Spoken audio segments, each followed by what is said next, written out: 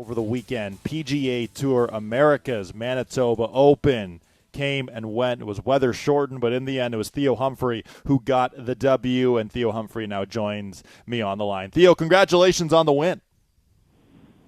Yes, thank you so much. I'm excited to be on here today. Absolutely. So could you have seen this performance coming and getting a victory? Like, were you trending in the right direction? Yeah, I definitely feel like I was trending in the right direction. Just in the season as a whole, I hadn't had that many great finishes. I had a chance to win the first event of the year in Argentina in March, but other than that, I hadn't really been in contention, but I was kind of finding myself, on the fringes of contention a lot of weeks. And I just felt like I wasn't getting the most out of my game. I felt like things were good, but I just, one week I do one thing really well and something else wouldn't be as great, and then it would kind of be the reverse the next week. So I kind of felt like it was a matter of time, before I put it together in the same week, and I was fortunate to be able to do that before the season ended. Yeah, he certainly did, and it was an interesting tournament, right, with weather and stoppages, shortened to 36 holes. So what was it like for you dealing with the weather and all those stoppages and just trying to be patient to eventually go out and play golf? Yeah, well, I would say I was fortunate to where my tee time was late enough supposed to be for the first round.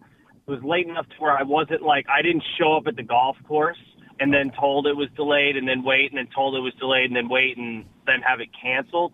So I did know early enough to where I didn't actually have to sit around and wait and wonder what was going on. But obviously having, Thursday canceled, we weren't even allowed at the golf course on Thursday.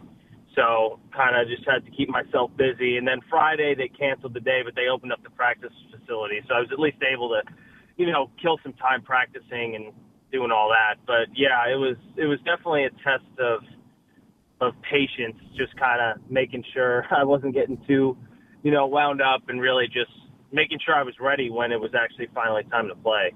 We're with Theo Humphrey, the latest winner on PGA Tour Americas, the Manitoba Open. So you get the victory, you have the trophy presentation, and then you get to look at your phone for the first time. What was some of the reaction like from friends and family? Yeah, well, it was actually kind of funny. The service is really bad at the clubhouse there while I was waiting around after. So I'm getting all these people calling me, FaceTiming me. I'm getting disconnected. So it was a little bit hectic, unfortunately, but I did get to chat with my wife, my mom. My dad was there caddying for me. So my immediate family, it was nice to get to speak to all them, but I also had a million texts and calls from friends that I play golf with, friends from back home and all that. Did you have a chance to have a decent celebration? It was pretty brief. My dad and I had a drink together after to celebrate, but then I was off to this next week here in Minnesota.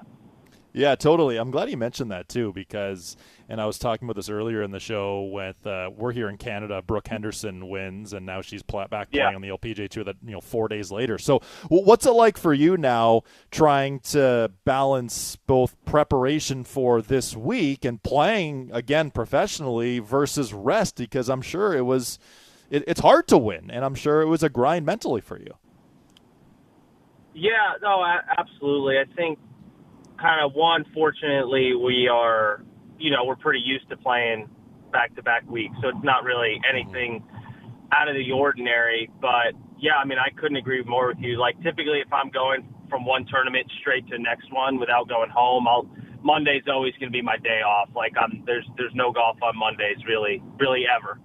And then I just played 9 holes yesterday, and I'm playing 9 holes today. So I'm not really wearing myself out too much. What do you think of the golf course that you're playing this week?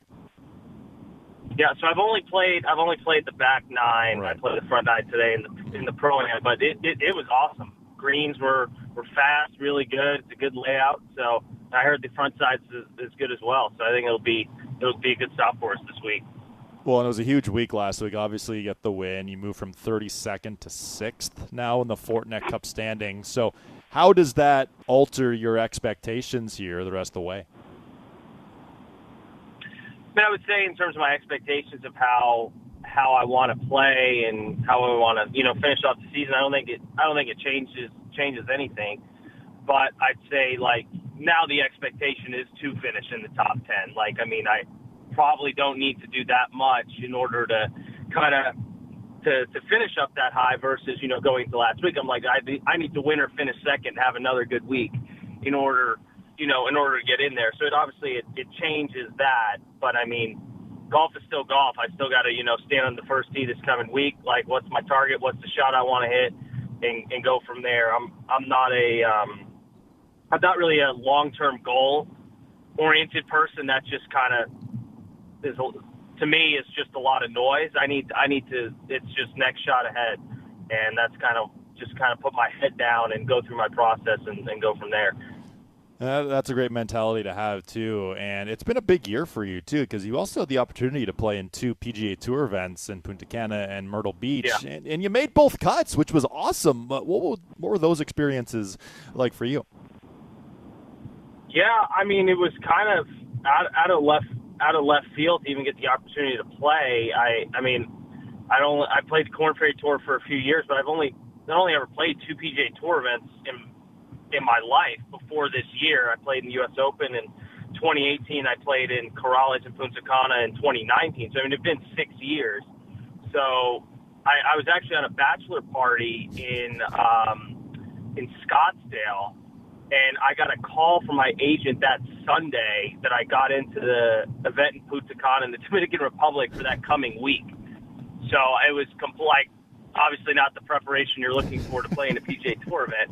But, I needed to figure out a way back to Dallas on Monday and then get over to Punta Cana. So that definitely caught me by surprise. And, I had 3 pretty good rounds. I had a rough third round, which kind of was the difference of having, maybe something in the 15th, 20th range versus finishing 50th like I did. But still, there were a lot of good things to take away from it. And, and then I got into the Myrtle Beach event a few weeks later, and that conflicted with an Americas event, so I had to miss an event. My ball striking was great in Myrtle Beach. Unfortunately, it was my worst putting week of the year. Otherwise, that really could have been a special week for me. But nonetheless, it was great getting to play with some really good players those 2 weeks, and actually a lot of guys that I'm friends with, a lot of guys that I know I got paired with, which was also cool, and kind of just seeing how my game stacked up, and definitely showed me that I can hang with those guys.